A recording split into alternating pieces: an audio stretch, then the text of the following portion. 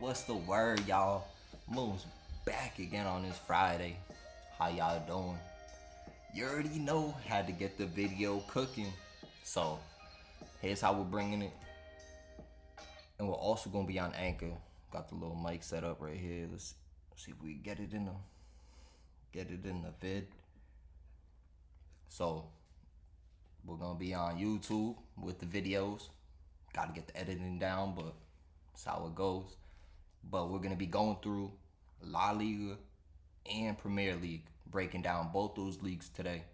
And you already know Premier League kicking off today with Brentford versus Arsenal. It's gonna be lit. So I've been trying to figure out how to get this little thing set up, right?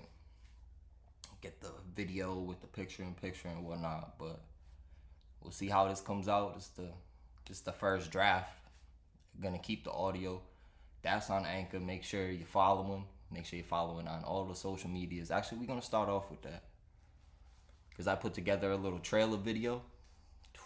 It's gonna be cooking. So this is how it's gonna be set up.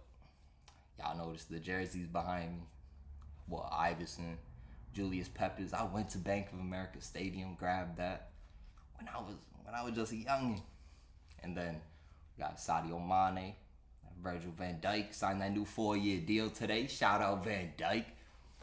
You already know he's not gonna be fully healthy when he returns. Not gonna be fully comfortable, but wait at least a month.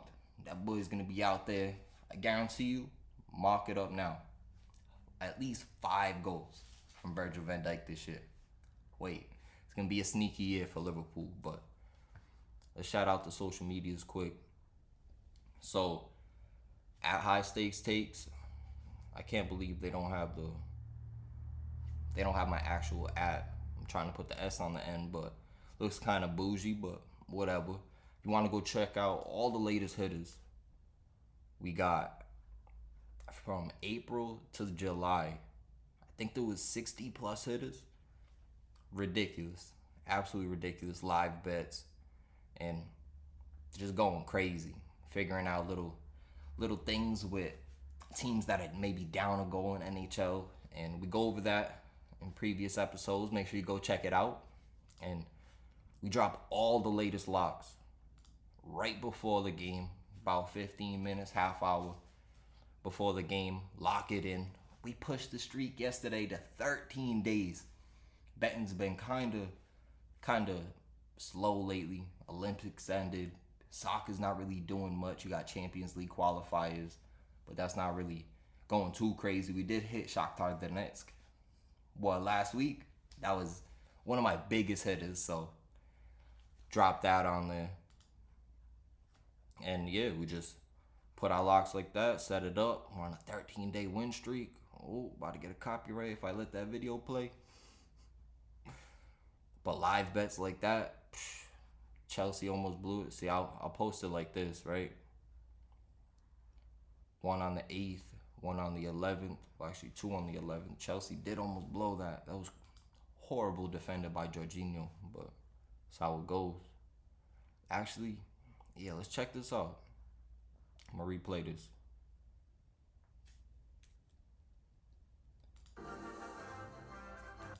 So this is the little trailer video. If y'all already seen it, if you fuck with it, share it. Make sure people see it. Trying to get out there. There's no way I'm hitting this many bets, and I ain't out there yet. But it's all about timing, right? All about timing.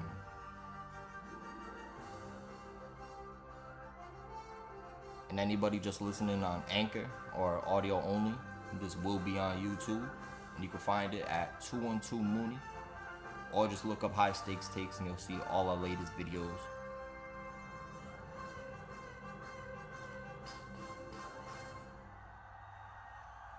Let's go. Let's go. Clipped it. And all those little sport clips were clips I actually went and either I was watching it live on my phone, clipped it quick, a little second, or I seen it on YouTube or whatever. But I always quick little logo. Tell me what y'all think of that logo. I know it looks kind of bougie and because I zoomed in on it. But yo, I drew that. And you know what I fuck with? The little marks right there. Like where the arrow is. And that little mark right there where the S is going and how it's missing right there. And then this little cut in right there. That's sauce. That's sauce right there.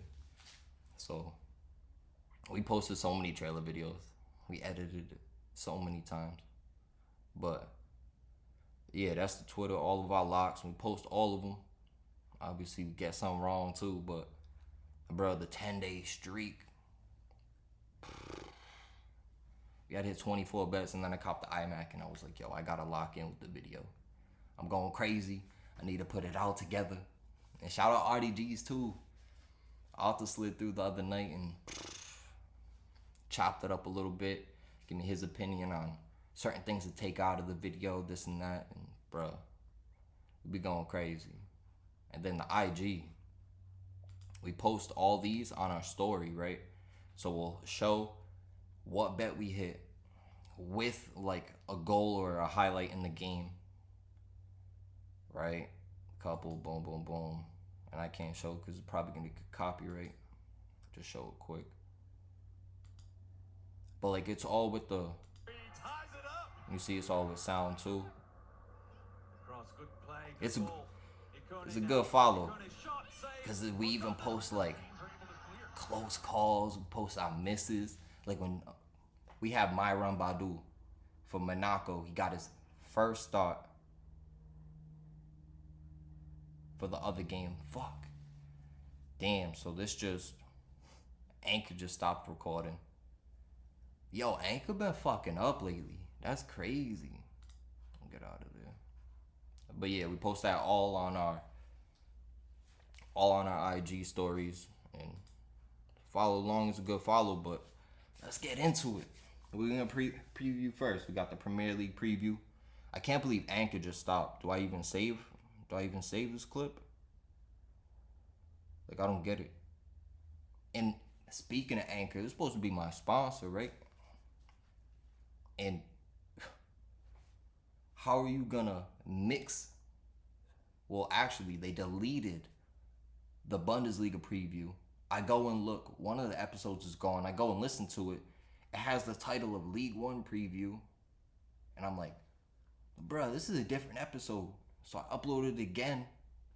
I had to switch all the information just to get it right and back up there. That's crazy. But all the locks and all the episodes we posted, dropping all the locks. We dropped so many too. Like this weekend, opening weekend kickoff.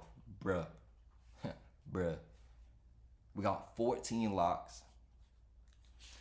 Give or take. We'll probably cut it down to 10. There's a couple sketchy ones in the Premier League, but I also have, because obviously I love watching almost every game, especially when you got some ducats riding on it. But there's a couple, like I'm locking in Liverpool, obviously. West Ham, Newcastle, that's kind of sketchy, but I'll probably stay away from that one. Man City versus Tottenham. Bruh. Over under at 2.5 in that one. And we'll give you all the live odds too. Got that in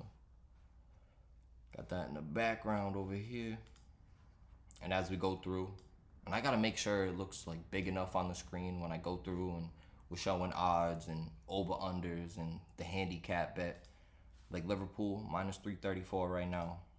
Total goes over under 3.5. It's an early game, so almost guaranteed to hit the under, unless it gets tied 2-2.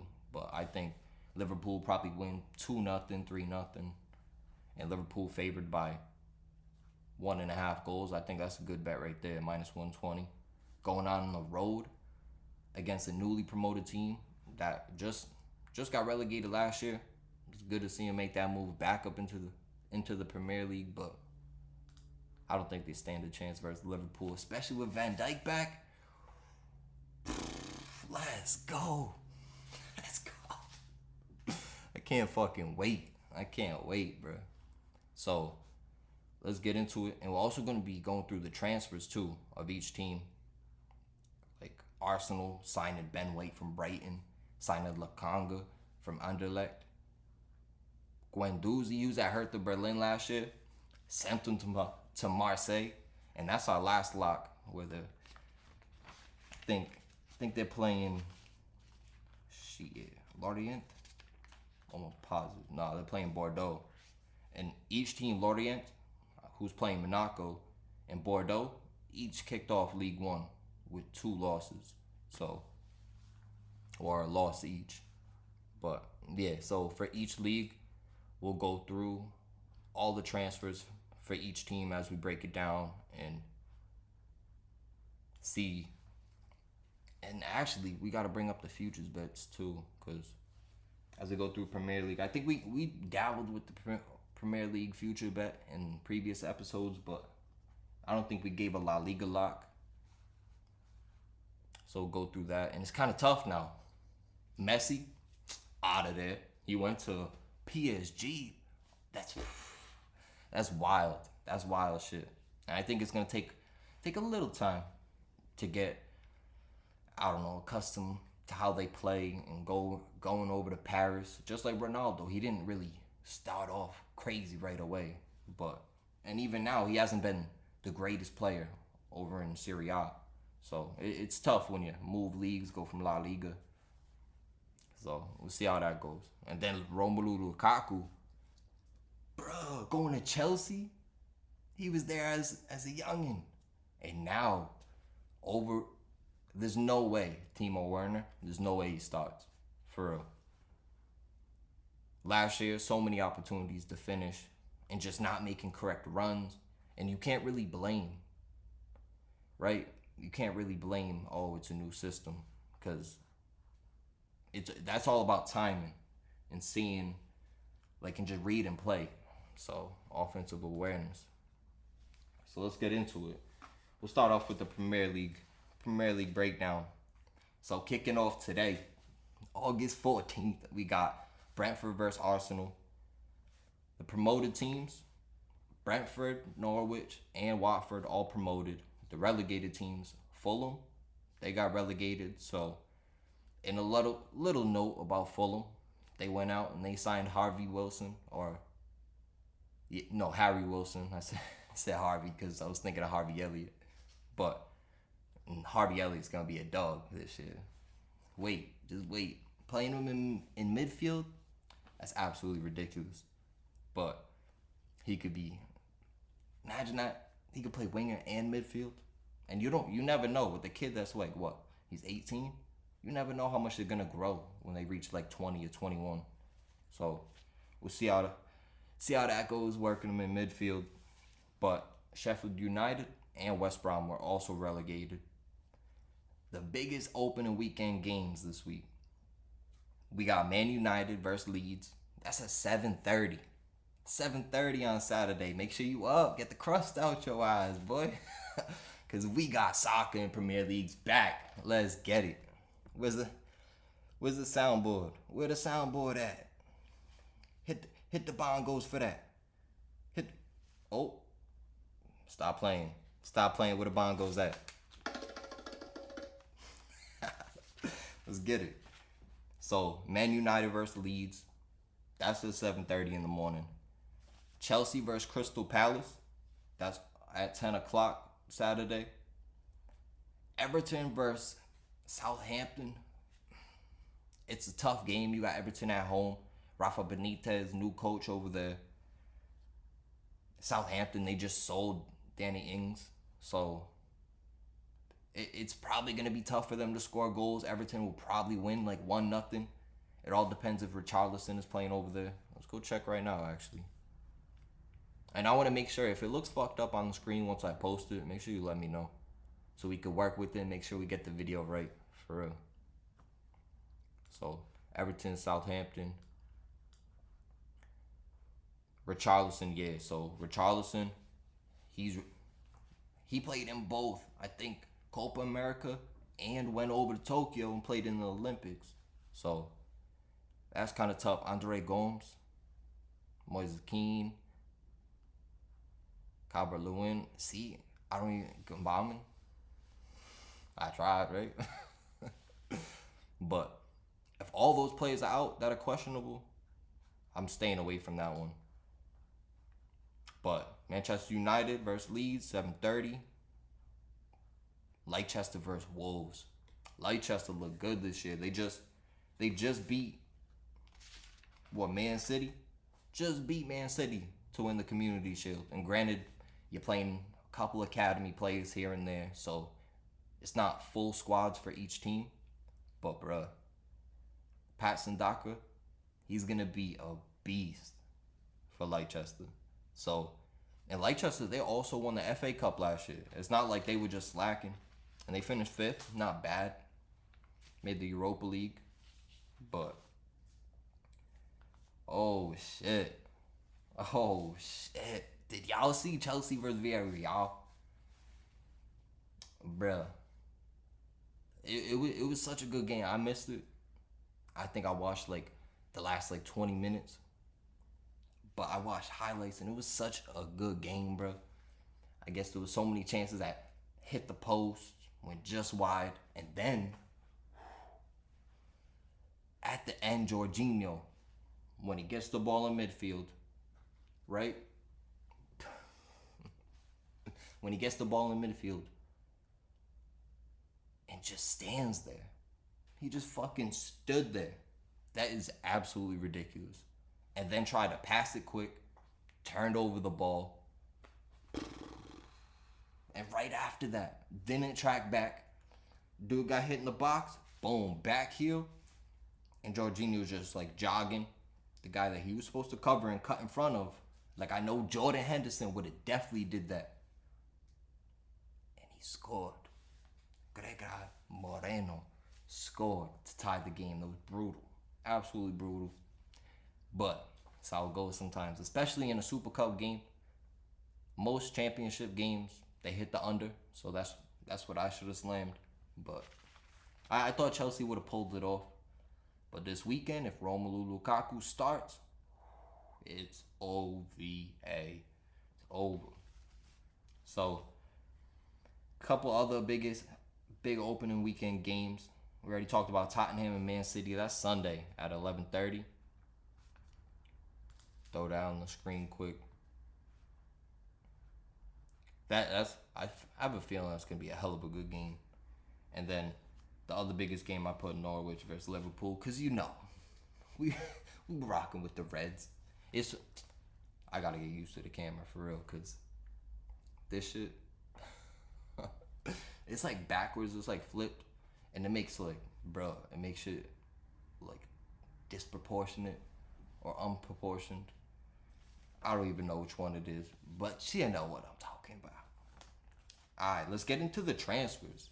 Actually, before that, let's give the biggest final match day games. Something to look forward to, because, you know, sometimes when it comes to fighting for Europa League position, or even that new Europa Conference League position, where it's like 7th, I think, makes it, or if you're fighting for Champions League position, that final match day, it could be crucial. So, we got Arsenal versus Everton. We got Man United traveling on the road versus Crystal Palace. Leicester at home versus Southampton. Liverpool at home versus Wolves. So that's good. Good thing they're at home. And then Man City versus Aston Villa. That's an easy game for Villa. But let's see. Yeah, those are the biggest final match day games. And the final day, which is mostly in every league, is May 22nd. So, little something to look forward to. We got months. Of soccer. I can't wait. And the worst part about the whole year is when they take off those 2 weeks, right? I think when they go on international duty and they play, like, either it's a club friendly if they're from a lower international team, or they go and they're playing, I think the Euros? No, the World Cup. Yeah, the World Cup, right? Pretty sure the FIFA World Cup is coming up.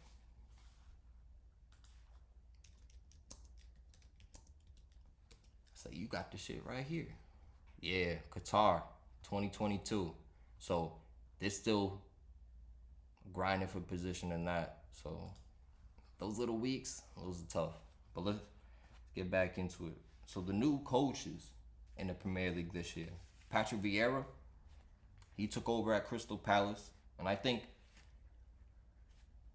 Roy Hodgson,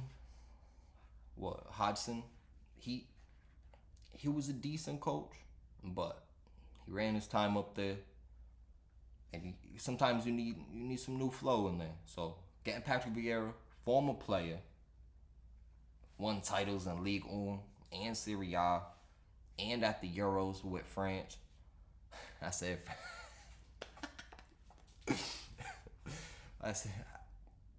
French, bruh. That's a new one. But solid coach. I want to see how he does at Crystal Palace, especially working with Zaha and then Eze in the midfield. I think that Eze, he's a sneaky young player for Palace. He could got some potential for real. And the next one, Rafa Benitez taking over at Everton. We talked about that a little bit, but took over for Ancelotti. Ancelotti moved over, took over for Zidane at Real Madrid. So we're going to cover that when we go over the La Liga preview. And Nuno, he took over at Tottenham. It was up in the air whether or not Pochettino was going to come back to Tottenham and coach them again. But once they let you go, you can't do that. You can't just go back there like everything's all good. Like they fired you, brought in Mourinho, and then they're like, we fucked up. And then now, Pochettino, look at the spot he's in. Mbappe, Messi, Neymar. Bruh, that's ridiculous. And even Icardi got a goal in the last game. So we'll see how they do things. They even got Wijnaldum. Shout out Wijnaldum for real. He's a beast. And Bruno Lage, he took over at Wolves because Nuno used to coach Wolverhampton. Went over to Tottenham. Bruno Lage, I could be saying it, or Lage. He took over at Wolves. He has less than 2 years as a manager. 51, 12, and 13 in 76 matches at Benfica. So he knows how to win games. But coming over to the Premier League, that's a big jump. Especially when you're taking over Wolves. But as we get into the biggest transfers, Wolves have made some sneaky transfers. So Wolves, they picked up Trincao from Barcelona. One of those players Barcelona picked up, overpaid for, and now hasn't really played for them, hasn't really worked out, and now they're loaning him to Wolves. So solid little player to look out for this year. And they got Raul Jimenez back. He cracked his skull last year with a crazy collision. It was wild. But glad he's okay. Glad he's back in full form. I can't wait to see how Wolves do things over there. Because they still got, who's that dude from Barcelona? Nelson Semedo. Bro, he got pace. Flies down there. They still got Neto. They got a sneaky little team. And they're pacey. So I want to see how that goes. And yeah, that's really it. Really it for Wolves. But some other big transfers. Jadon Sancho. Bruh. Man United picking up Sancho. Insane. Paid 85 mil for him. Ibrahima Konate to Liverpool from Leipzig for 40 mil. That shit's fire. Nuno Tavares. That's a sneaky transfer. I think they picked him up from Benfica. He went to Arsenal. Junior Firpo. See, all these little moves, like Junior Firpo to Leeds, because Leeds got rid of Alioski. He used to be a pacey, like wing back on the left side, but you add Firpo now, who used to play at Barcelona, paid a quick 15 mil for him. In Norwich, they picked up a couple players. They picked up Milot Rashica, and they picked up Josh Sargent. They both came from Werder Bremen, who got relegated last year. So it's kind of tough to see how they'll do. But Norwich, newly promoted team, a couple players that used to play together in attack. I think it could bode well for Norwich. Emiliano Buendia, Norwich sold him for 38.5 mil. and then use some of that money to buy those two players. But sold them to Aston Villa. Villa's trying to shore up that defensive midfield. He can get out and attack, but he's more of a controlling mid player. And Emmanuel Denise, sneaky player, used to play at Club Brugge. And as we were covering Champions League last year, he was a player that was left on the bench for Bruges, and it was because he got into it with this head coach. So shit, like you see shit like that, it's kind of sketchy when it comes to a player. I think that's why he was only sold for $4 million to Watford, but a sneaky player that Watford could use this year, and another sneaky player that Watford picked up, probably past his prime, played at Everton last year, but Joshua King, who used to play at Bournemouth, I think he could get out there and do some things, especially playing with Ismaili Sarr. Sarr's a beast, and if Liverpool somehow get him, that shit would be gas. Oh, and another player Norwich picked up. Oh shit, Billy Gilmore, on loan from Chelsea. Think he played over in Scotland this year. Solid young player. So much potential. And I think Norwich, these few little signings and loan players, this is going to definitely keep them relegated. I mean, promoted. And they could even fight for a top 10 position. That ass. If they could get out there and be pacey and prolific, you never know what could happen. Ashley Young. If y'all know Ashley Young, I'm pretty sure he used to play at Arsenal, but he went over to Inter. Now, back in the Premier League, he went over to Aston Villa. So, Villa right now, bro, they sold Jack Grealish for, 125 mil? Sold him to Man City. Just said, give me that bag. But now, who do they really got? Ollie Watkins. They picked up Danny Ings. It's going to be tough to replace a player like Jack Grealish in midfield, but you never know. And if they don't, and knock on wood, hope it doesn't happen, but say they, oh shit, say they don't sign him, or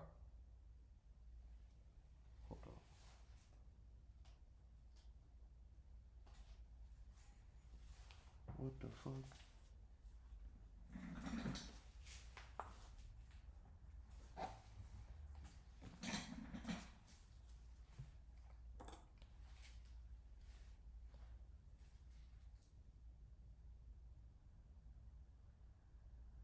So say they don't, play him in a correct position, or say, knock on wood, hope he doesn't, but say he picks up an injury, misses some time. That's going to be tough for Aston Villa to stay afloat, for real. Couple other transfers. We already went over Patson Daka and Babukari Sumari.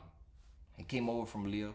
He could be a solid player for Leicester. He's going to have to battle with Ndidi. I don't know if he'll end up playing alongside him. Depends how they do their formation. But and that wraps up the biggest transfers. So my fault. I had to grab this shit. Boy, it is kicking. If you in the Northeast, bro, it is kicking. I had to turn off the AC, right? You don't want to have it playing in the fucking mic, but whew, you know, boys ain't got the central air. You dig what I'm saying? Come on. But let's get into it. That wraps it up for the biggest signings and the breakdown. But let's get in to the biggest games of the weekend. Starting today. Let's see what we got. Brentford versus Arsenal. So Brentford, newly promoted team. Actually, yeah. So Brentford, newly promoted team. They had the top goal scorer in the championship with Ivan Toney. Scored 33 goals last year, which championship record. That was ridiculous. They also made a couple sneaky signings. They picked up Ajer from Celtic for 17 mil. Picked up Onyeka from Midtjylland for 11 mil.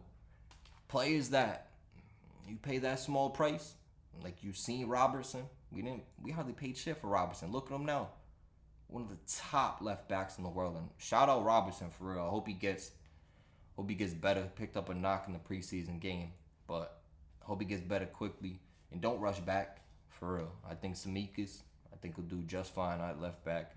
It's gonna be tough getting used to it, especially being full-time starter, but you know we got James Milner. He'll work out there at the left back, especially if we need some veteran presence on the field.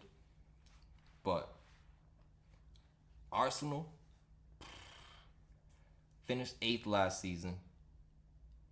Wasn't the best season for them. Really an up and down season.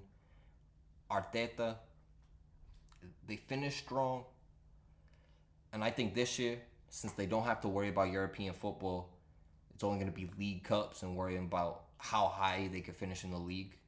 So I think this year, big focus is on the Premier League. And I think they're going to want to come out guns blazing. And on the road versus Brentford, newly promoted team. Got some pacey plays, you know what I'm saying? But Arsenal, you have to lock in here. You have to lock in here for sure. And, bruh, will not play. Aubameyang out. Lacazette out. Thomas Partey out. And Keita out. So you already know who's starting. Saka's going to be in there. Hell yeah. Who they play versus? Bruh. Pepe's going to be in there. Bruh, they out there saucing. I don't know. That's crazy. There's no way they just started on the 8th. What, a few days ago? 5 days ago? Versus Tottenham. And all of a sudden now they're out.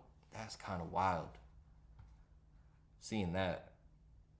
That's kind of sketchy. They got Reece Nelson. Maitland-Niles is a solid player. They might start Nuno Tavares.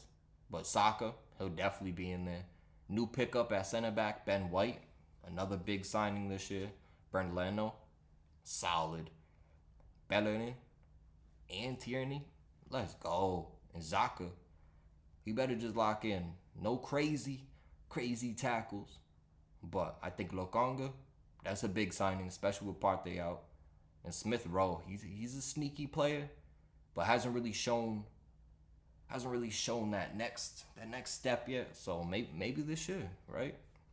Maybe this year he could get out there cooking. But Saka right there, tank, beast, absolute beast. Even though he missed that penalty, and shout out Saka and shout out Rashford. Even though they missed that in penalties in the Euros, bruh, the hate they got, they're absolutely doing shit that people dream of, and they're young as fuck.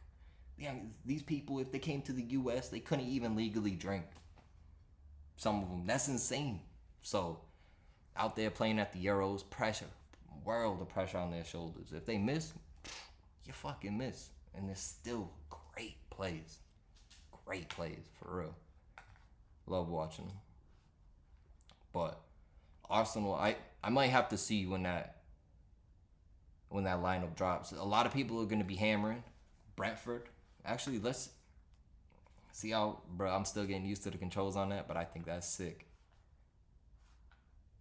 You can see all that. You just double tap the mouse, hit it with a little and then fucking, ooh, see? So it started -110 when I first did the whole breakdown and got it locked in. -110 when I wrote it down. When I re-updated it yesterday, -120. Now, with those two people out, Aubameyang and Lacazette, if they really don't play, bruh, now this line sitting at -106. It's gonna be sketchy. They definitely have enough firepower with Pepe and Smith Rowe. It could get tough, but I think Pepe, Saka, Smith Rowe, I think they'll be solid. And they'll probably start by Lorient. I don't know exactly how you say it, but what's this dude over here? Yeah, Balonga. He'll probably start as striker, or maybe even Smith Rowe. They might even give him a chance because he's like central attacking midfield winger, but you never know. Arteta might come out opening day, get rocking. So on that one, I'm probably staying away from that, especially because that's kind of breaking news. I didn't see that yesterday. Aubameyang and Lacazette out, but let's move on to the next game in the Premier League. Yeah, so we're gonna give the breakdown, go through all my locks for the whole weekend, and then we'll move into La Liga, give you all the locks for those, and we also have locks.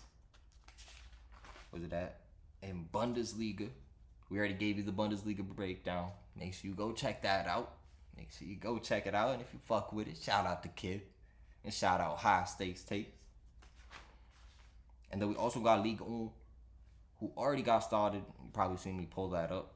Already got started, but that shit wasn't a good opening weekend. Monaco tied. What other team tied? Leo tied. And that was because they got a red card. I think they have a good chance versus Nice. Especially how Nice played, and Nice tied.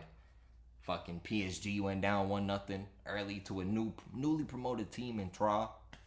And Troyes, they're a sneaky team this year. Just wait. So it was a rough opening weekend. PSG ended up coming back and winning that game, and we hit that too. Keep our streak going, but it was a sketchy opening weekend. I think today Monaco, even though they drew, they dominated that game, and I think even though they're going on the road, -115 favorite, and that switched from -135. And if we go look at it right now, that'll probably be switched again, because these odds be going crazy, especially with how much money's being bet on whatever, and especially like if someone's taking like a handicap bet on the other team, they're gonna shift the odds more towards the draw. So little things to look at. And yeah, 3 Ligue 1 locks.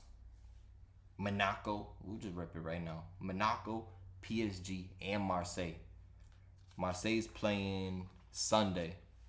So PSG Saturday at 3 o'clock, and then Monaco today at 3 o'clock.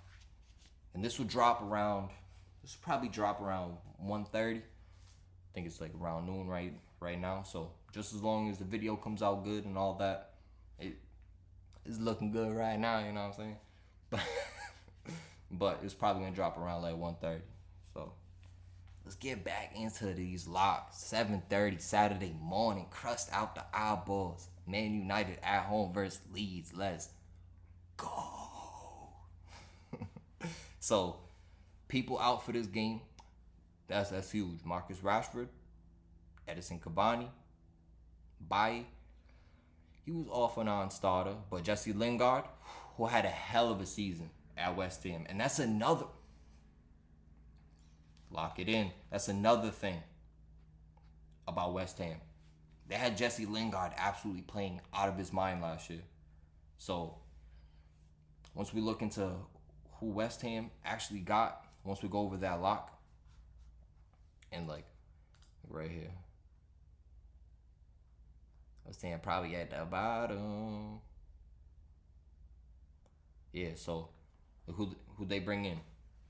Areola on loan, that's not bad. That's a sneaky pickup. Felipe Anderson. Oh, alright. Oh, but they sold him to Lazio. I was looking at Felipe Anderson. Because Anderson, he's a sneaky fast player, but probably didn't do much at Porto. And for him to be valued at 11 mil, and for them to sell him for 3.3, it's tough. But like, look at Wolves. Trincao, Patrick Cutrone.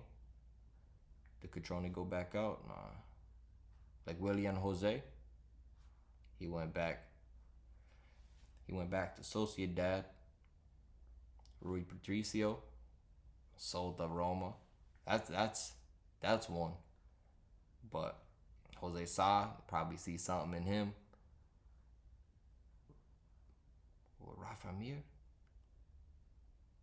Is that the dude that was playing in the Olympics? I'm not sure.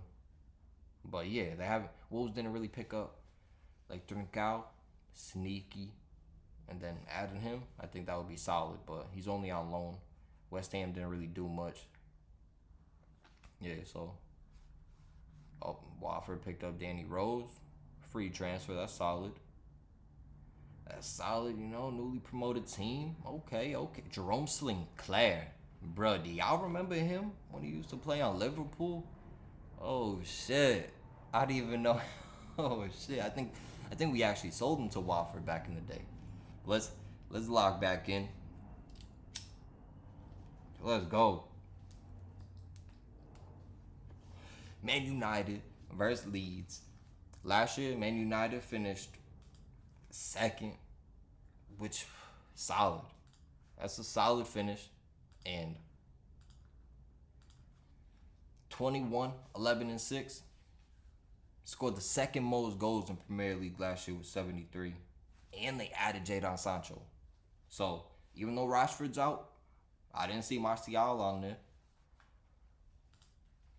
But let's just make sure. Let's make sure.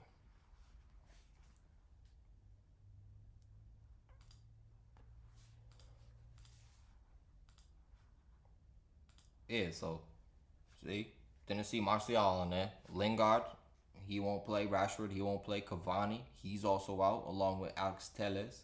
But Sancho being questionable for personal reasons. Make sure he plays. Deadass. Whenever there's a question with a game, and you, of course, who isn't putting together an ill parlay for the whole weekend trying to hit, but whenever there's games where you're questioning, like, oh, Jadon Sancho playing for personal reasons, are they going to keep him out for the opening game? They're going to, build the suspense of, when he's going to make his Premier League debut, all that. But if it comes down to shit like that, leave him off the parlay. Right? You could parlay him same day, but when you're trying to do a whole weekend shit, leave him off there. But Man United, solid finish last year. Leeds, on the other hand, 18-5-15. They finished 9th. Scored 62 goals, which is solid. But they gave up 54. You can't give up 54 and expect to finish, any better than 9th. Because you look at other teams like Leicester, they gave up 50. But look at teams like down here, like Brighton finished 16th. They just didn't score enough goals, but they only gave up 46. Fulham, relegated, only gave up 53. So you're playing with fire there, especially when you want to put full trust in your attack, right? You got Patrick Bamford, Rodrigo, Rafinha. Them boys get out there and ball. That's why tomorrow, I think they'll give Man United a tough test. They'll probably score a goal. Over under sitting at 2.5. But let me just make sure that's accurate. Shout out DJ Khaled. But just make sure that's accurate for real. Because this shit changes left and right. That ass. You got to get it in early. Bro, people just backfiring their cars. I don't know if y'all heard that. But total goals right now, over under at 2.5. Move from the over being -170 favorite to -150. I think that's beautiful value right there. Especially your team. And that's sketchy. Make sure when you add the over, make sure Jadon Sancho's playing. Because if they're missing Sancho, Cavani, Rashford, stay away from it. But Leeds, probably give them a tough test. Over under two of the top scoring teams in the Premier League. I think it's almost guaranteed to hit the over 2.5. I'll lock that in. Send that. Maybe that was too loud coming over the thing. Maybe. But I'm locking in Man United -190 if Sancho plays. I'm locking in the over 2.5 if he doesn't play. Because I think they'll give up something in defense, especially with Telles not playing. They don't have Bailly to rely on in case anyone gets injured. So it might get sketchy in defense, especially with the opening match day. But I'm locking in the over 2.5 and Man United -190 if Jadon Sancho plays. So the next lock, this one's at 10 o'clock. We got Chelsea -400 versus Crystal Palace. Chelsea finished 4th last year, 19 10-9, and only gave up 36 goals, which was the second fewest to Man City. That's insane. Because you look at Man City, they scored 83 goals, only gave up 32. That's a ridiculous goal difference. But when you add Ruben Diaz in defense, you got John Stones. They fucking, how much money does Man City have? That shit's insane. Like, granted, they won the league, but damn. They buy their whole team. That's facts. Like, Phil Foden, I think, came up through them, but besides that, come on. Come on. But on to the Chelsea. Finishing fourth last year, only giving up 36 goals. Just signed Lukaku. I think this is playing in perfectly, and they're gonna have a sour taste in their mouth, especially off that Super Cup. Because on my Mane jersey, right on the front, right after Liverpool won the Champions League, Kane won the Super Cup, and then we had that little gold patch, right? That little gold shield on the chest, bruh. That's tough. That's tough to not have that, because that's a dope little addition to the jersey. Now you ain't wearing that just because what? You let up a bullshit goal, and I blame Jorginho.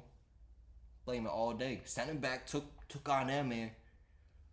Forced him to hit him with the back pass, but how it goes sometimes. I think they'll have a sour taste in their mouth. They'll be at home versus Crystal Palace. Crystal Palace plus 1,200 on the money line.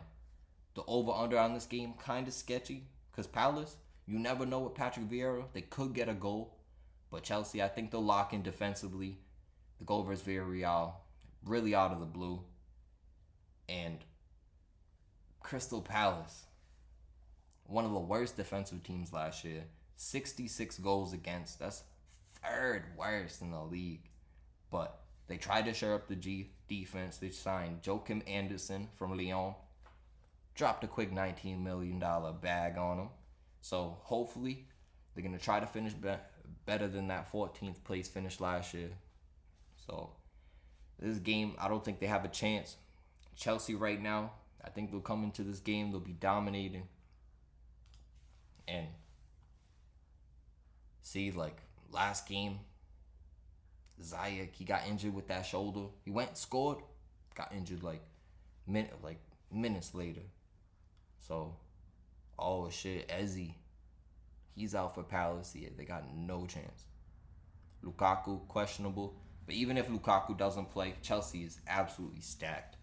So I'm going to take Chelsea, not on the money line, minus 400. That's an easy add.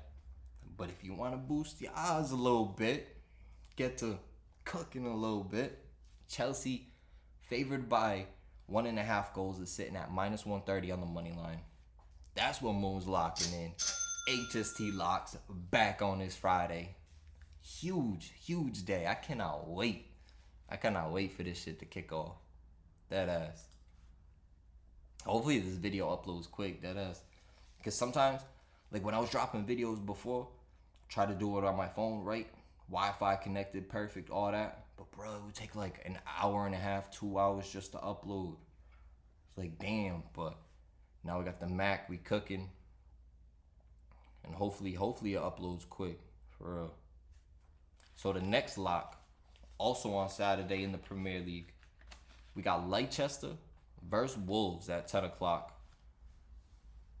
I think Leicester coming into this game, who they missing? Napoli's Mendy, Fofana, Evans, he's a solid center back.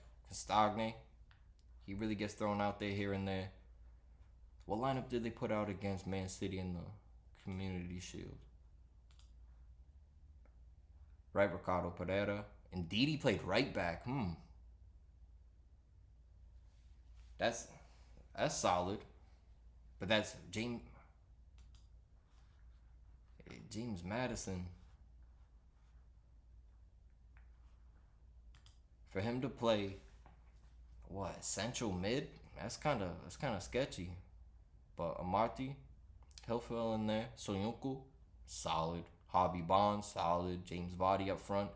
But Ayoze Perez, man. I don't know how Ayoze Perez gets the start over Daka. You got to run two strikers. Imagine Daka and Vardy. It will get bad, bro. But Sumare, right? Bringing Sumare for Bertrand. James Madison on the outside. Or no, Harvey Barnes on the outside. Madison, central attacking midfielder. Dude, fix it up somehow. You can't start Bertrand and Ayoze Perez. Facts that they got the win, but that was off a penalty in the 89th minute. Either way, whatever the lineup they put out there, they're playing Wolves. Wolves have that new coach. They finished 13th last year, only 36 goals.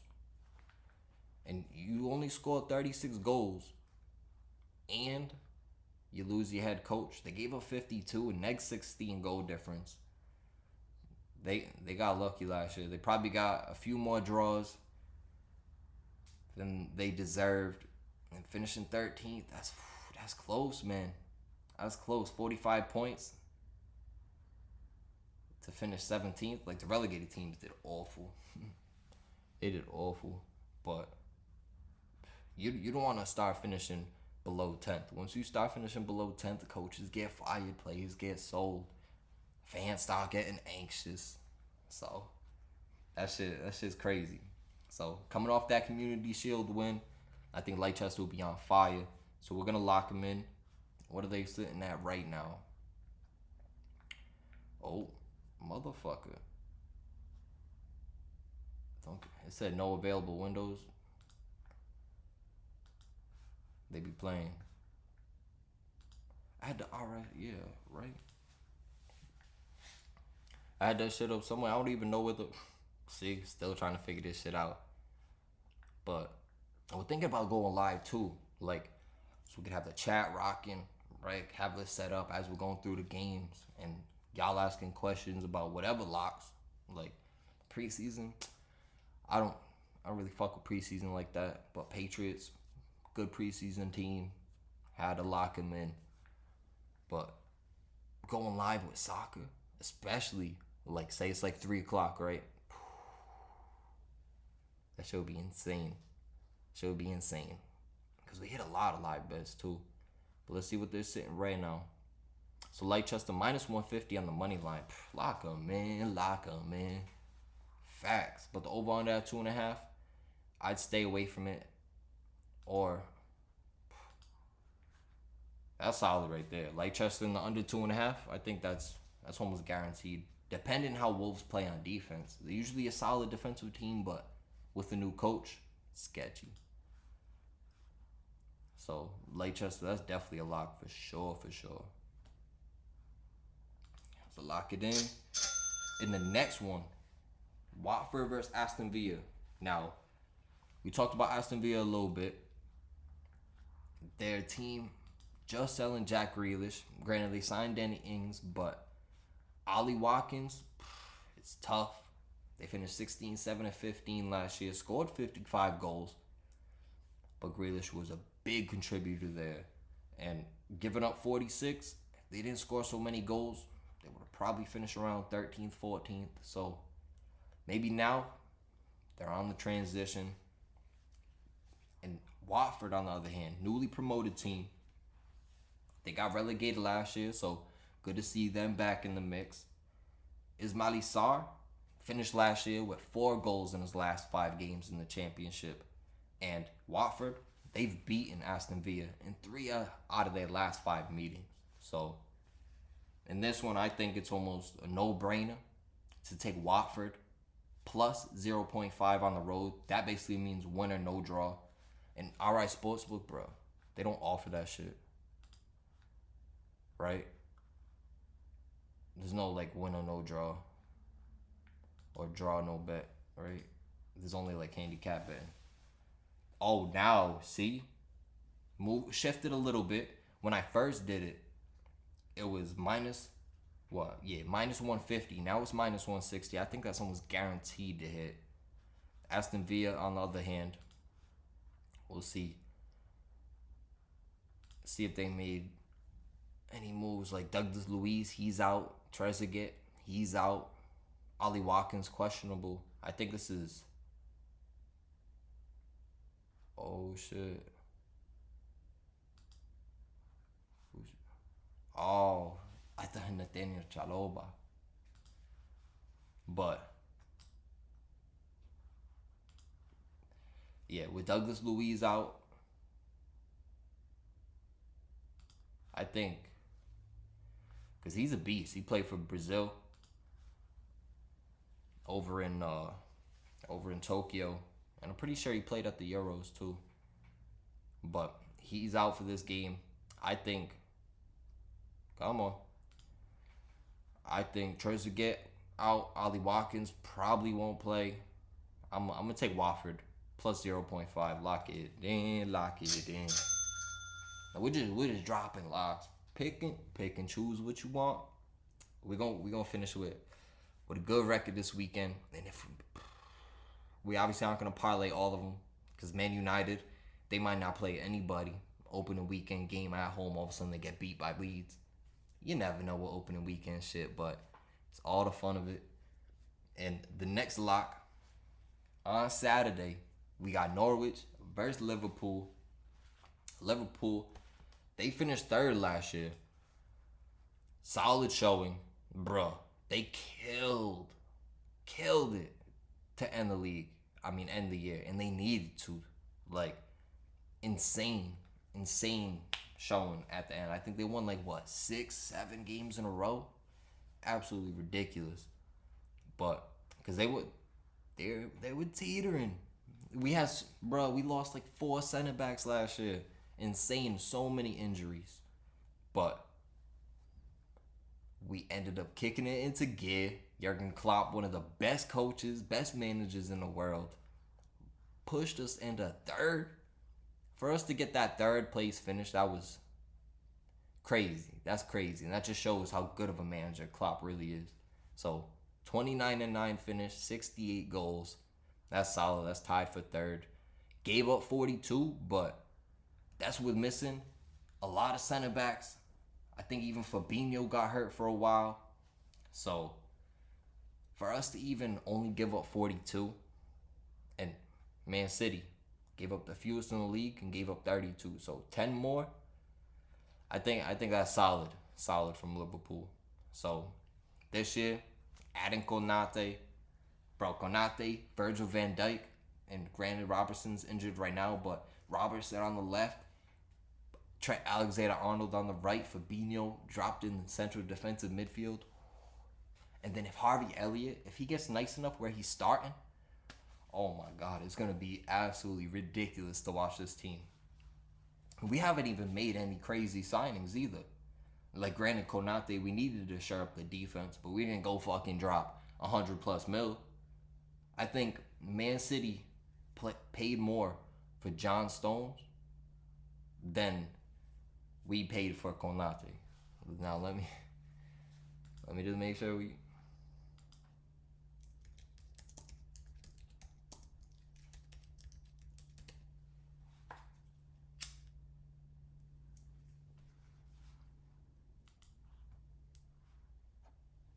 Yeah, because he was at Everton. Look at that. He was worth 30 mil, and they paid 61.16 for John Stones. And he didn't even start right away. They had to mix things up. It was insane. But when he got all that money, and they got away with something. I know, I ain't going to speak on it, whatever. But they got away with something with the financials. That ass. But Liverpool, hell of a finish to last year. Cooking this year. I think this game on the road versus Norwich, a newly promoted team, and they got some players, right? We talked them up when we were talking about transfers. But bruh, when it comes to Liverpool, play no games. Play no games. We always have shaky starts. Like last year we played Leeds, newly promoted team. I think it was like a back and forth game. I think they beat them 4-3.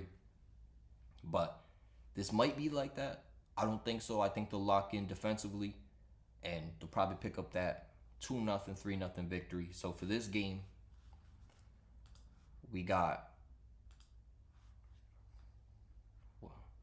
because I wrote them down at minus 340, figuring it's probably going to shift there. But the handicap bet, Liverpool on the road. See, if you're adding it to the parlay, just add Liverpool in on the money line. And if you want to get a little bit more bucks, you could go with, and see, that's tough. Minus 1.5 for an opening game on the road. I don't know if they'll go out and kill it like that. So we're gonna stay away from the handicap bet on this. Probably not gonna hit over 3.5, especially an opening weekend game. So right now, Liverpool in the under 3.5. You could get, and if you add Leicester, you get plus 260 odds. But just Liverpool in the under 3.5, plus 115. That's not bad. And Liverpool, I don't think they're gonna come out guns blazing. They don't have the formation completely set up. You probably see a young player in there. So you never know with Klopp. But once they find their routine, Liverpool's going to be killing it. So we're locking in Liverpool on the money line. Stay away from the handicap bet, especially with them on the road. The next one, see Newcastle, West Ham. We're going to stay away from that one. Because that just hit me with West Ham. Unless they picked up, they didn't really pick up anybody. They lost. They still got Jared Bowen, okay. He's alright, but I don't know. They also got, Benrahma? That shit's tough. And this game's on Sunday. Okay. Actually, nah, fuck it. We're going to stay away from that one. Dubravka. See, whoever they been throwing out there. See, Benrahma, Antonio, Kufal, Cresswell as the wing backs. Decent. Pablo Fornals, decent. But Yarmolenko, those players aren't going to get you a win on the road versus Newcastle. And Newcastle, they have a solid team, man. The over-under in that game, with Declan Rice and Souček, West Ham just lock shit down. So I'd stay away from that. But Newcastle, I think they could pull a goal. And with missing Lingard, they're gonna be looking around like, bruh. Because he played a crucial part in where they finished last year. And they finished 6th. Ended up making the Europa League. 19-8-11, which is not bad. But I'd probably stay away from that one. That's another one going on the road Sunday, 9 a.m. Eastern. I'm staying away from that one. But the biggest game probably of the weekend. Let's get to it. 11:30 Sunday. We got Tottenham at home versus Man City. This shit's hectic. Harry Kane, questionable. Bruh, latest news on that is Harry Kane could be in Man City, signed, transfer complete by next week. So in this game, they probably won't play him, especially when shit's up in the air. He didn't report right away. They're probably not gonna play him. And Ndombele, him being questionable, I'm not too worried about that. Tottenham could get going. Like Lucas, Dele Alli, Bergwijn, and Son. Son playing striker or playing up front, he's a beast. But in defense, Højbjerg, Oliver Skip, he's a sneaky young player Tottenham got coming up. But Regular and Tanganga, decent wing backs, but they could definitely get beat. And Giovanni Lo Celso, I say they start him. If they start Lo Celso, I'll take it. I wouldn't be too worried about Ndombele out because you could start Musa Sissoko, which he's always solid. He has some times where he might pick up a red card, might fuck around and just tackle somebody wild, but it doesn't usually happen. And Man City, the game versus Leicester, how were the shots? 12-10 on shots, only 3 on goal, which that's tough, but they also played Palmer, right? Played Palmer, Edozie. Bruh, who's on the bench? Bernardo Silva. The reason why Bernardo Silva was probably on the bench and didn't play like the whole game or get the start, he's also been in some transfer rumors. So that's a name to keep an eye out for. But Jack Grealish, that's what it's gonna be. Fernan Torres, Mahrez, Gundogan, Fernandinho, Nathan Ake and Ruben Diaz, solid center backs. Mendy and Cancelo, beast. So Man City on the road versus Tottenham. I don't think Tottenham really have a chance, especially if they start Eric Dyer and Davinson Sanchez. He's up and down. For that one, over under at 2.5. I like Man City minus 170 and the over 2.5. I'll give you some odds on that right now. See if you just want to lock in some winners, because Man City guaranteed to win that. They were, minus 167. Over under might have shifted though. Oh, still at 2.5. Did it change odds? Yeah, it changed odds. It was plus 105 to hit the under 2.5. Now it's minus 105. Shifted just a little bit, but those are the little things you got to keep an eye on for real. Because if it's shifting under, that means a lot of money's going on that under. So if you like it over, if you like me, you like seeing goals, and you're like, all right, Man City, Tottenham, big game. I think they're going to score goals. Jack Grealish probably going to score first. Hold up. We'll look at that right now, too. This is what I do. See? Oh, my God. Gundogan. I don't even know how to say it. Mahrez, Fernan Torres, Gabriel Jesus. Could start, but Raheem Sterling, that was the other one. Yeah, that was that other one who didn't start. Yeah. Sterling wasn't even on the bench for that one. Oh, shit. But yeah, Sterling will definitely start in there. Sterling, Jack Grealish will probably play behind him and attack in midfield. They're gonna get the right play out there. And if Grealish starts, I might just send him to score first plus 550. Plus 550, send it. Let's fucking go. But yeah, Man City. Probably stay away from that. You parlay Man City, Liverpool. Plus 110 odds. I always round it up or round it down either way. But plus 110 odds, that's solid. Solid for real.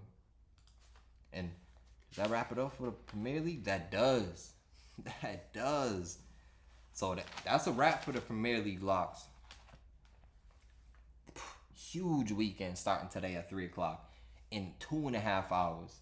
And you already know, always in all soccer, well, before all soccer games, an hour before, all the lineups drop. So definitely a thing to keep an eye on. If you're sketchy about lineups or anything like that, just wait an hour before that certain game and then put in your bet for that one.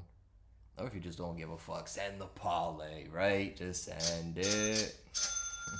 But sometimes you'd be looking back at it like, shit gets spooky quick. Bye. Let's get into the La Liga preview.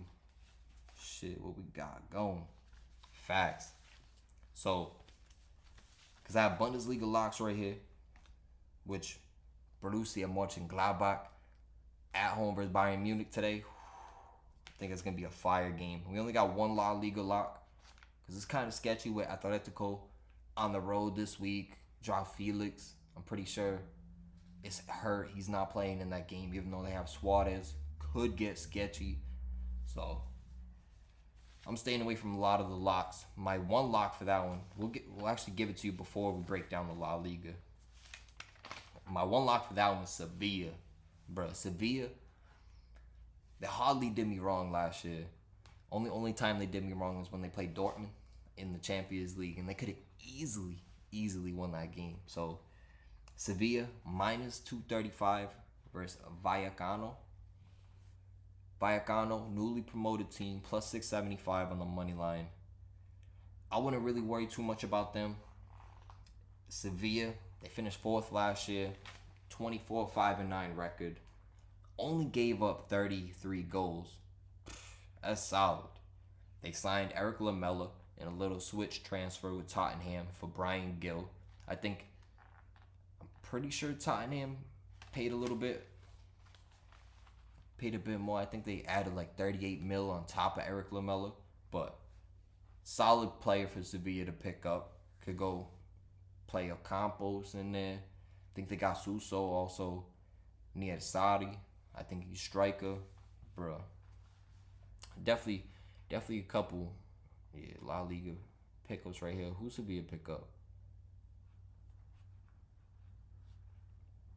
See, and even Brian Gill, he was on loan last year with Ibar, so didn't really get to like have him on his team when they took off. But bringing in Eric Lamela, sneaky, Dimitrovic, backup goalkeeper, nothing crazy. They didn't make any crazy moves, but out the door, Alexi Vidal. I remember he used to play over at Deportivo Alaves. But yeah, no real moves. Sevilla's solid team all around. And what's that game? Sunday? Yeah, so first Rayo Vallecano. They're only missing Luke De Jong and Oliver Torres, which I wouldn't be too worried about. In the last game versus Roma, who they throw out there? Yeah. And they say Cieri, Oscar, Rakitic, Ocampos, Fernando, and Jesus Navas. They have a solid team. And I don't even think Koundé played. Yeah, Koundé on the bench. Not trying to get him injured. Solid playing. So, as long as Koundé's in there, I think it'll be solid. And I'm locking in Sevilla, minus 235. First lock. La Liga gets sketchy sometimes. And now Barcelona, missing Messi. New coach at Real Madrid. It's almost guaranteed Atletico Madrid is gonna win the league, but you never know, man. You really never know. If Ancelotti goes back, imagine he goes back to fucking Real Madrid without Ronaldo and then goes and puts in work. Something to definitely watch. I can't wait. Bro, someone just driving a big old truck down the street. I don't know if y'all heard it, but we out here saucing. But yeah, that's the one lock for La Liga. Let's get into the preview. So kicks off this weekend. Final match day, May 22nd, along with all the leagues. Biggest opening weekend games. Barcelona versus Real Sociedad. I think I had that written down because Messi, but that's one. Real Sociedad, they're probably plus 0.5. I'll give you a look on that right now. Yeah, see? Yep, they were minus. Damn. So they lost. They lost Messi. They went from minus 220 favorites to minus 135. So right now, Sociedad, they got Isak. They have a couple solid players in there. And handicap right now, plus 0.5. I think losing Messi it's going to be fucking shambles at Barcelona. So I'm going to take, fuck it. We'll lock in that one too. Plus 0.5 Real Sociedad. I didn't even look at this game. I stayed away from it, right? But now that I'm looking at it, chopping it up live, this is really how I look at shit too. Like Real Sociedad, I'll go over here. Go check out La Liga, Barcelona versus Sociedad on Sunday. Look at this. Will not play. Oh yeah, Sergio Aguero. He just paid. He's gonna be out like 2 months. I'm pretty sure he said 2 months. No way it was 2 weeks. So that's insane. That's absolutely insane. And make sure you fact check me. It's like a month or 2. You already know. But calf injury, that could be tough, man. Especially for your striker, your new striker you just picked up from Man City. And that's tough, man. He goes over there, Messi dips. Ousmane Dembele, hurt. Lenglet, hurt. Frankie de Jong, hurt. Ter Stegen, hurt. That's insane. Questionable. Isak is questionable, so I'd be a little skeptical, but Come on. Come on. Like, who they start versus Juventus? The bye, of course. But Braithwaite, Griezmann, Demir, Sergio Roberto, Busquets, Piqué, and Raul. Like, come on, I don't think they could lock that in. Who do they have on the bench? Janic, Umtiti. Okay. They'll probably start Umtiti at center back. Yeah, they'll probably start Umtiti at center back. Araujo, I'm not so sure about him, right?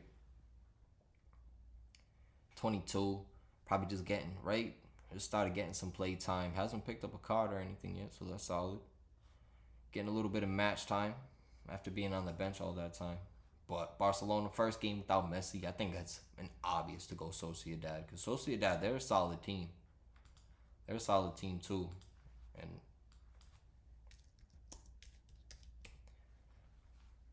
where they finished last year, I'm almost guaranteed they finished in the.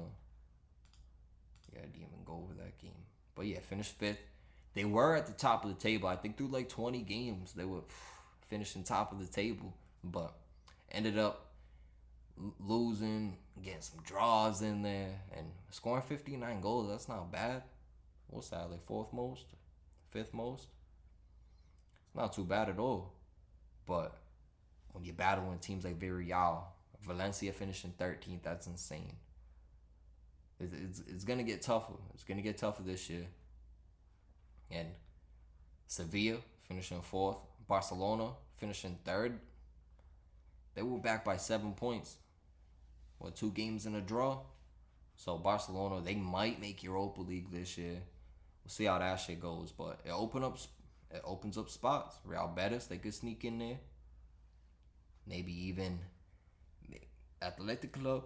You got Inaki Williams. They could do some things, but Valencia losing 15 games last year, giving up 53 goals. That's insane. So Valencia, they'll probably be back in the mix. Maybe Europa Conference League, that new league, but I'm looking for them to definitely finish in the, at least qualifying for Europa League.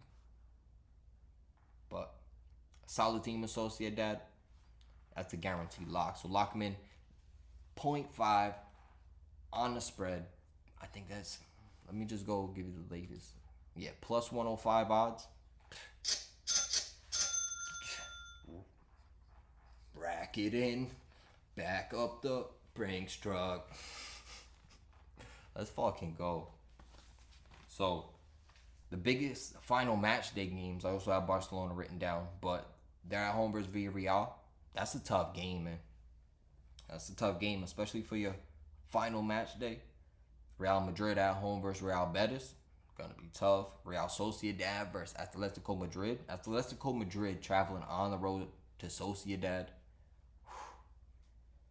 Simeone, hell of a coach, but even that gets tough. So, I don't know, man. I don't know. And even Sevilla at home versus Athletic Club. So, all the big teams playing on the final match day in La Liga. So, and that's a league too where, say Atletico don't get off to a crazy good start, it's gonna be close, man. It's gonna be close. So that's definitely a league to watch, because it's gonna be a battle all year, especially with Messi out of it. So newly promoted teams, Espanyol and Mallorca, and we already went over Rayo Vallecano. And the relegated teams were Eibar, Huesca, and Real Valladolid. Sand just rolling off the tongue, son. So that's the wrap. That's the wrap for the La Liga. And we'll jump into the biggest transfers for the league. Actually throw it on the screen for y'all. And hit the little zoom skis. How about that? Atletico Madrid. Sneaky signing of Rodrigo De Paul. Bruh, I watched him at Udinese last year over in Serie A. Bruh, hell of a play. Hell of a play. And for Atletico to pick him up and add him to the midfield, I think it's a hell of a move. But yeah. Lucas Torreira back over to Arsenal. I'm pretty sure it was just a loan which which I didn't think this was a loan. Moussa Dembele coming over from Lyon, but they probably already figured, all right, Depay probably gonna sell him next year, make that big bag off him, and Dembele will just loan him out until he gets back, and then he's gonna slide right into that center forward position. So Lyon, sneaky team with a new coach. I stayed away from them this weekend though. They're going on the road, and Ligue 1 was not pretty in that first match day of match week. Barcelona signed Artie Gz. They had a hell of a transfer window. Artie Gz from Man City, Sergio Aguero, Memphis Depay. It was all looking crazy good, right? But then they start signing all these players. And then all of a sudden it's like, bruh, we seen that Messi contract. How the fuck are you gonna pay him? And then that's what happens. But out of the door, Junior Firpo to Leeds. We had covered that in the Premier League. Lionel Messi, biggest transfer of the transfer window, free to PSG. And Trincao over the Wolves on loan. Not bad. Real Madrid brought in David Alaba. That's solid. Jesus Vallejo, Brahim Diaz, and a loan. Hold up. Oh shit, they lost Sergio Ramos in defense. That could be key because you got Eder Militao. You added Alaba, but he's center back, yeah. But he's kind of more of an attacking player. He's going to get out there, and he might play some central defensive midfield when they need a goal or need to push the pace. That's sketchy. Losing Sergio Ramos, I think that could be bigger than you think. And Brahim Diaz, loan him back over to AC Milan. That's solid. Because freeing up some space. Gareth Bale. Let's go. Back. Kubo. That man. Him playing for Japan. He had an ill showing over in Tokyo playing for his home country. Filthy player. I think 20 years old, he could get a hell of a lot better. Luka Jovic. That's kind of crazy. I'm surprised Frankfurt didn't end up signing him, especially selling their top goal scorer. And Andre Silva, that's wild. But Martin Odegaard, that's a big player to add back. He had some bright moments for Arsenal, but you know Arsenal wasn't gonna be able to pay that bag, and Real Madrid definitely wanted him back. So that's solid, man. Last year's finish, Atletico Madrid won the league with 86 points. Real Madrid, just barely off that league title, finished with 84 points. Barcelona, 79 points, right above Sevilla in fourth with 77. And then fifth and sixth, the Europa League qualifiers. We got Real Sociedad and Real Betis. And Villarreal, even though they finished seventh, they made that new Europa Conference League, so that shit's solid. We gave you the locks for La Liga. Word. So that's a wrap. That's a wrap for the La Liga. Now let's get into the Bundesliga locks. Today we got Borussia Mönchengladbach at home versus Bayern Munich. Gladbach, they finished 8th last year, which it wasn't the best showing, but it wasn't the worst showing. You know what I'm saying? I mean, they scored the third most goals, but gave up 56, and they made little moves to shore up that defense. So when you got Bayern Munich coming on the road in the opening game of the Bundesliga, I think that shit's gonna be tough. You gotta worry about Sane, you gotta worry about Gnabry, Lewandowski, who dropped 41 goals, just dropped it, crazy, breaking records. It's insane. So when you gotta worry about all them players, and then you got Musiala, 18-year-old, who's gonna get so I think he's gonna start playing a little more in that Mueller role this year. But bruh, Kingsley Coman, he got that pace on the outside. Center back, they picked up Upamecano over from Leipzig. Bruh, solid. You could either put Upamecano with Sule or who's the other one? Mother hugger. Sule. Yeah, because they got rid of Alaba. But mother hugger. Yeah, they'll probably add him with Sule. And that'll be a decent, because we got Lucas Hernandez, Benjamin Pavard, who plays right back, can play center back, but he's out for this game. And Zakaria, him being questionable for today, they're already missing Mbolo, who's one of their top attacking players. Ben Sebani, him being out, that's also going to be a big loss for real. Bayern Munich, who they put out there in their lineup? See, Musiala, Goretzka, Gnabry. I don't know why Gnabry's midfield. That don't make no sense. If you gotta run 3 center backs if you're gonna run Gnabry in midfield like that with Sane at winger. That's insane. But they got a new coach. You never know how it's gonna go. For real. And we went over, dropped the whole breakdown for the Bundesliga. So if you missed that, make sure you go check it out and get you ready for the whole season, because this is gonna be lit. This is gonna be so lit. I can't wait. And Julian Nagelsmann, which not a bad coach at all. Was he coming over from Leipzig? I think he'll do just fine. But they got Sard. Yeah, if they don't have Sule, but it doesn't say he's injured, right? Doesn't say he's injured for this game, so yeah, I wouldn't worry about it. As long as Sule is starting alongside Upamecano, they're gonna be out there, guns blazing. So I'ma lock in Bayern Munich. They're sitting minus 200 on the money line right now.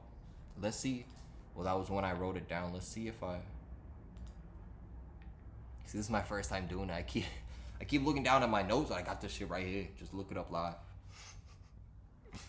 But see, that switched from minus 200 to minus 160. Oh shit! The over under at 3.5.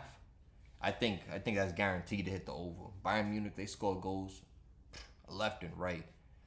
So if you like Liverpool, Man City, Gladbach, they're probably not gonna score goals, but they didn't do much to shore up their defense. So how are you supposed to stop Lewandowski?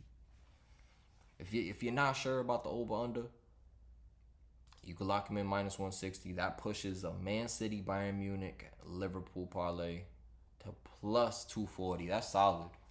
That's solid right there. But I think that's guaranteed. And then Musiala, we hit him plus 1,000 to score the first goal before. Right after they started him and he scored and he hit, the next time they played, I think he was like plus 600 to score the first goal. And now look at to where it shifts. Damn. What? Is he not even on there? Or did I miss him? Oh, right there. See, plus 800. I got him at plus 1,000. I couldn't believe it. I couldn't believe it when he scored. But sometimes you just get a feeling. You see someone start, you're like, oh shit, they're showing some love, showing some support behind this man. Go out there, start a game, and all of a sudden, broke through. It'll go. That shit was dope. So, yeah, Gladbach got Marcus Thuram. Yeah, it's gonna be a hell of a game if they start Alassane Player. I can't wait. Bundesliga is lit. Bundesliga is so lit. So many games this weekend, bro. It's dope. But I'm locking in Gladbach. And if you think it's gonna be a fire game, Gladbach in the over 3.5. If you want to do that just straight up, that's plus 225 odds. That's solid, man. That's solid for real. I think that's, even though Bayern's on the road, with the coach, I might stay away from the over-under just to make sure they're playing as attacking as they are. Because the way that midfield was set up, it's kind of weird. So if you sketched out about the first game over-under, you could definitely lock in Bayern Munich minus 160. But if you Bundesliga usually scores hella goals, so Opening weekend shit, it's that teeter-totter. You never know. But the next game, on Saturday at 12:30, we got Dortmund at home versus Frankfurt. Now, this game, this is my lock of the weekend. Dortmund, they finished third last year, 24-10, like 20, 4 draws, 10 losses. Scored 75 goals, second most in the Bundesliga. But they sold Sancho to Man United. And while I was getting locked in, and you can check out the Bundesliga preview, but when I was getting locked in, bruh, Daniel Marlin, I didn't even know he was sold to Dortmund. He used to play on PSV. He's a hell of a player. He was rumored to have some links to Man City a couple years ago, but seeing him make that move, seeing that opening to play with fucking Erling Haaland, let's go. Let's go. That's big. That's big for Marlon. And he plays, I fuck with the Dutch. Van Dijk, Wijnaldum, Depay, Bergwijn, bruh. Frankie de Jong, bruh. They got hell of Nathan Ake, bruh. Beast of a player in Daniel Marlin. So, if he starts, these odds might shift from minus 240, which they were at. Let's see if that switch. Probably, honestly. Not bad. To minus 245. But if they start Daniel Marlin, that shit's gonna skyrocket to like at least minus 325. So get it in early. Especially they going up against Frankfurt, who they finished 5th last year. They went 16, 12, and 6. Scored 69 goals. That was third most. But they gave up 53. And on top of that, they didn't really shore up their defense, and selling their top goal scorer to Leipzig and Andre Silva, I think he scored 28 goals for them last year. So that's a big chunk of their 69 goals. And now didn't make too many crazy moves to shore up the attack after that. Kind of gonna rock with what they got. I think they signed Rafael Bordeaux from River Plate, but it's one of them. It's gonna get tough for Frankfurt. For real. And it's tough because I loved watching Frankfurt last year. They were a hell of a team, especially with Andre Silva scoring so many goals. And it's not just him scoring goals, his attack play and his link-up play, filthy over an attack. So it was dope to watch him last year. But Dortmund, I think this is a guaranteed to hit the over 3.5. They gave up 53 goals last year. Didn't really do anything to shore it up. They did get David Da Silva back, but he's more of a wing back. So I wouldn't worry about that. But the over-under, 3.5. If you aren't too sure about Bayern Munich, over-under, you could add Bayern Munich. The over 3.5 in that Dortmund versus Frankfurt game. And then if you add Dortmund on the money line, that's plus 320 odds right there. I think that's one of the illest locks. There's so many ways you can link it up, but they'll probably all hit too, unless you add Man United and they don't start Sancho. But I think for this game, guaranteed Dortmund minus 240 on the money line.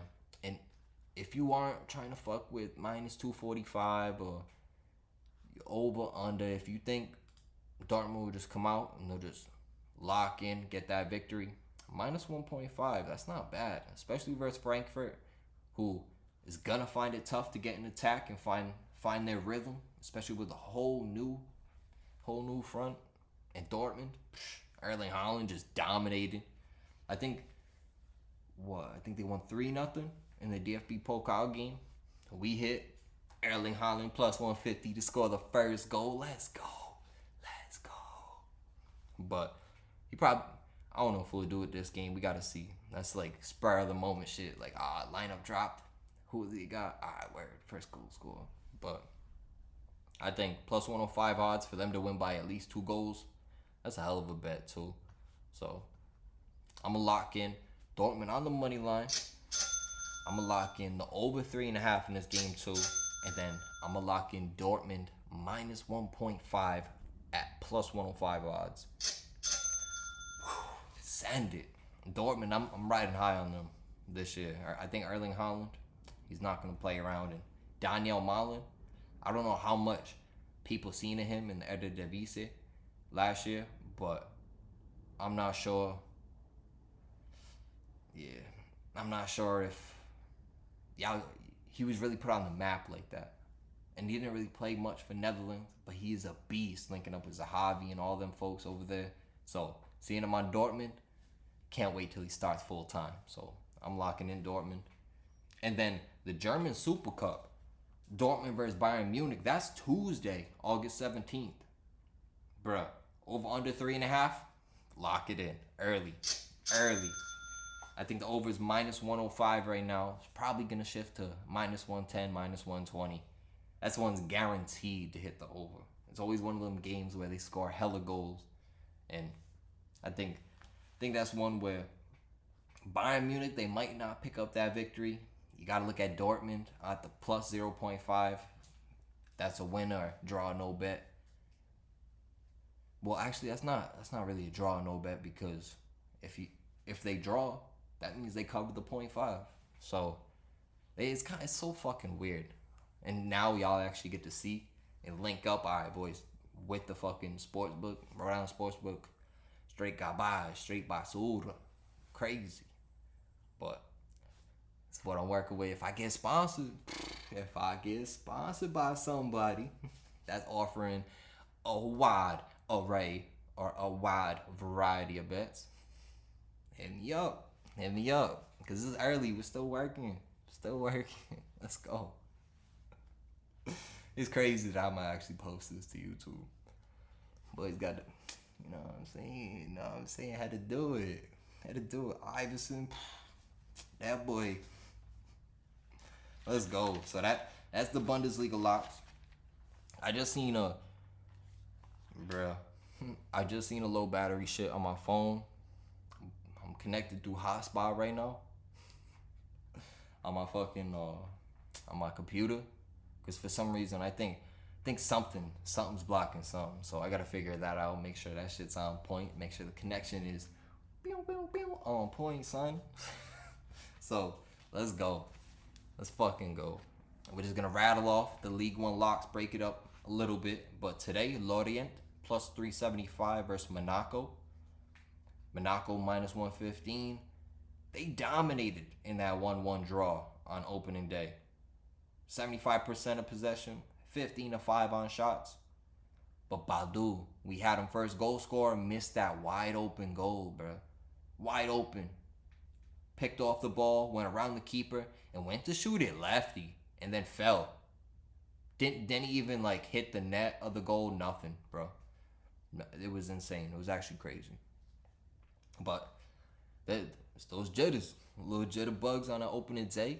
Happens sometimes, so cut them some slack on that. They won 5 of the last 6 versus Lorient, and I don't even know how you're saying that or if I'm saying it right, but I'm just adding a little spice to it.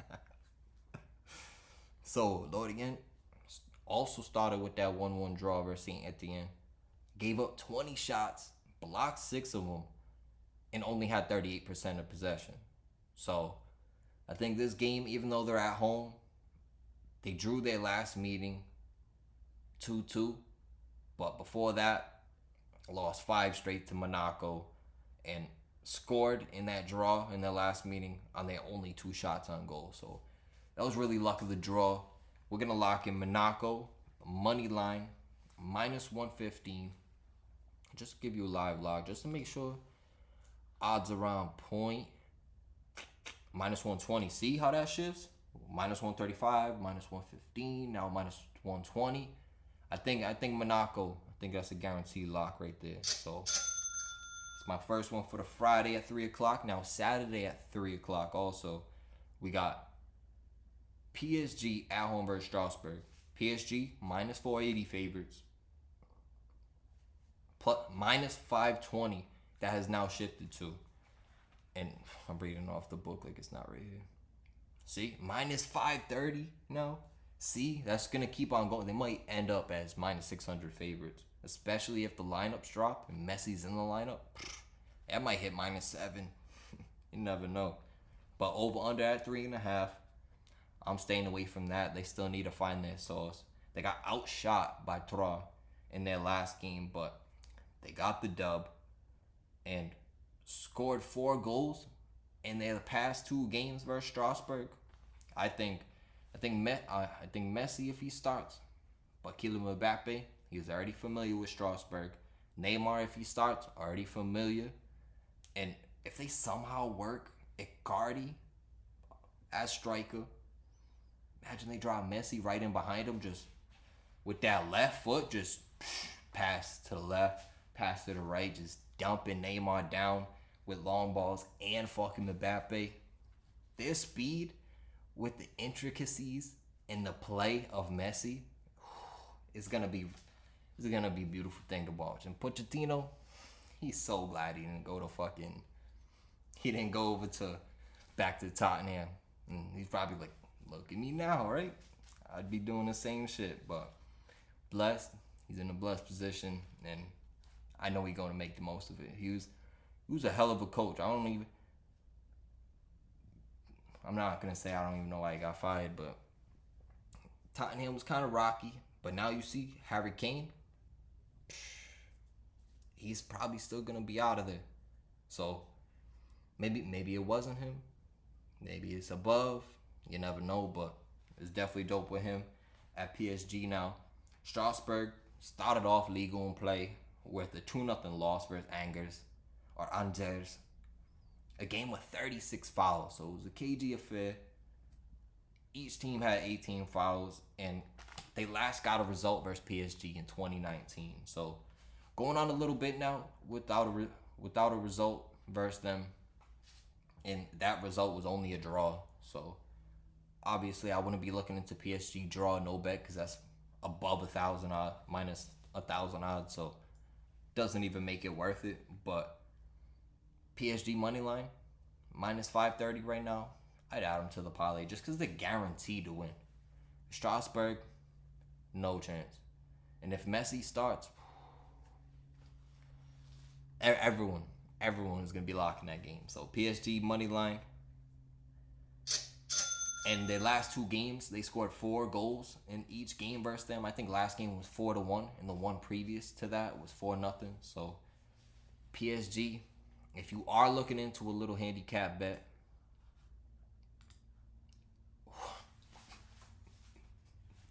bruh, minus 2.5.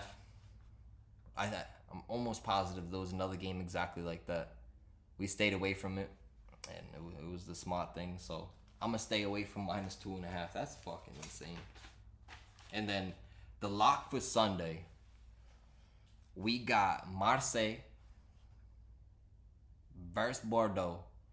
Now this is one that definitely changed because Marseille got a hell of a team, and for them to be minus 175, that's kind of crazy. So let's go check them out right now.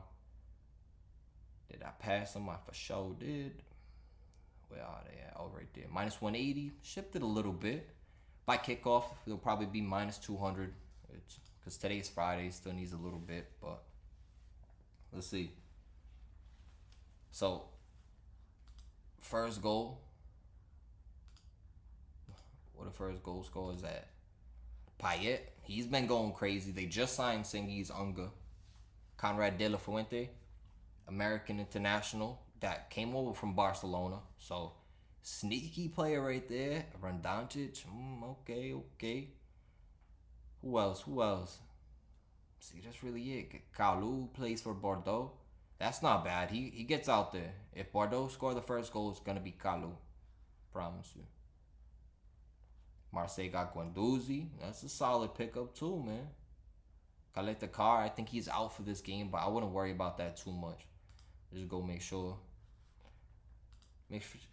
for y'all folks that, I know we said we're going to do this quick because this fucking hotspot's about to die, but let's just make sure we get this last lock in, and there we are. Let's do it. So Caleta Carr, he's out. Pau Lopez, their new, I think he went on loan. We dropped the Liga on preview. Go check that one out. Also dropped all the biggest signings, all the new coaches, all that shit, biggest opening. Same as the Premier League and the La Liga. So If you fucking with it, go check out Liga and Bundesliga. And next week, we're dropping Serie A. It's so weird how Serie A is starting a week after everybody, but we got that preview dropping. Can't wait. But Andres Malik, is his name even? I just be saying yeah, Aratu. Yeah, I thought it was like Arcaturis. I tried to rip it, probably didn't. But yeah, Malik, he's out. I wouldn't worry about that too much. First game, they ended up coming back. They had a goal disallowed by Payet in the 3rd minute. Had an own goal. So for them to come back, it was almost right. You know what I mean? Like they almost deserved it. But being at home versus Bordeaux, who also just got beat 2-0 in their first game, I can't see them putting anything past Marseille.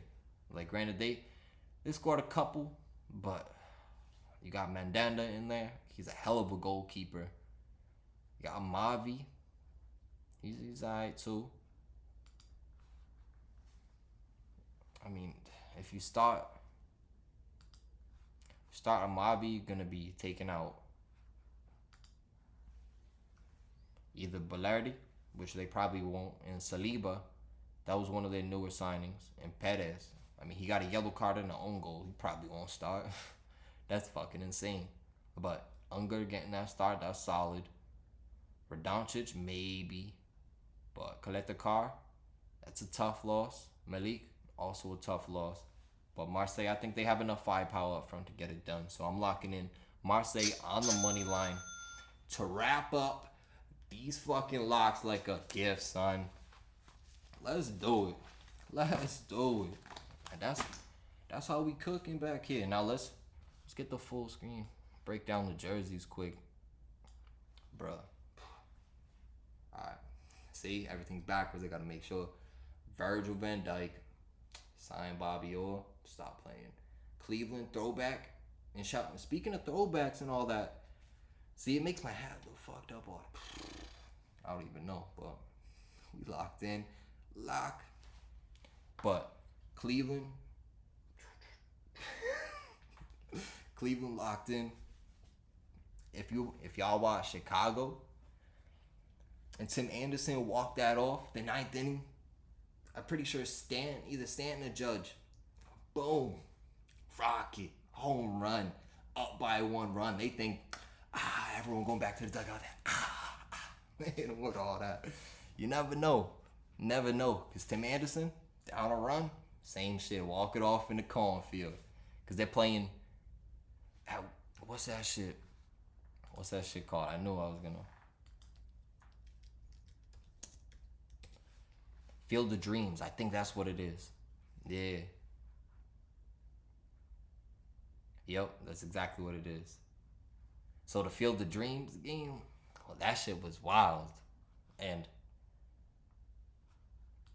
so that's like a Cooperstown throwback. That shit smooth. Number 13, pick whatever play you want because there's no name on the back. Signed Cam Newton, Westbrook. My guy on the Lakers now, balling. I can't wait to see that happen. Durant, I'm over it. Doesn't look like it. I'm over it. But Julius Peppers, already rocked that. AI, I think there's a couple more too. But let's go. Is this gonna be the setup? Is this gonna be that we can interchange some jerseys and shit? You already see fucking shoe boxes. Got the shit to pump up the football. Actually, before we get out of here, yeah, we got enough power left. Before we get out of here,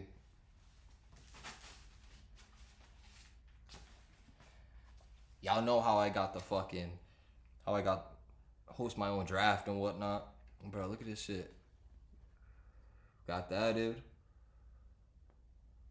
McCaffrey up top, bro. Send it. Flip the draft board. Now I'm gonna try to do this and not rip the draft board, but if it does, at least we'll get it on the first pod. Send it.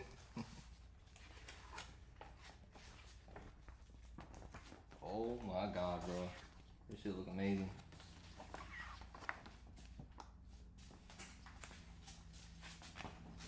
Do y'all see that?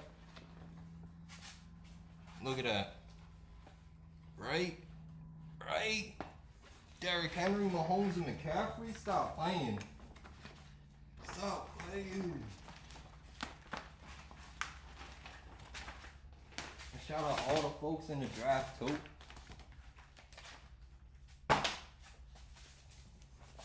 Let's go. It's that time of year again. HST. Bruh, kicking off the video pod. I cannot believe it. Hopefully it works and comes back right. We're gonna have to figure out that AC because I'm fucking dying. I know it don't seem like we powered through, but on the boy, I know you can see the glisten. Boys glistening. So, on that note, that's the first video pod. We out of here. All the locks. Hope y'all do well this weekend.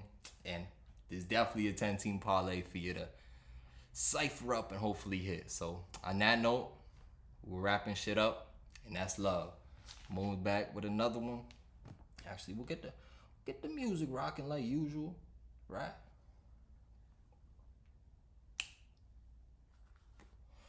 Actually, are we about to put you on to some Nah, I can't put you onto that song. I'll probably get copyrighted. But let's go. Oh, see that when the ads try to play you. Can't let them sneak in.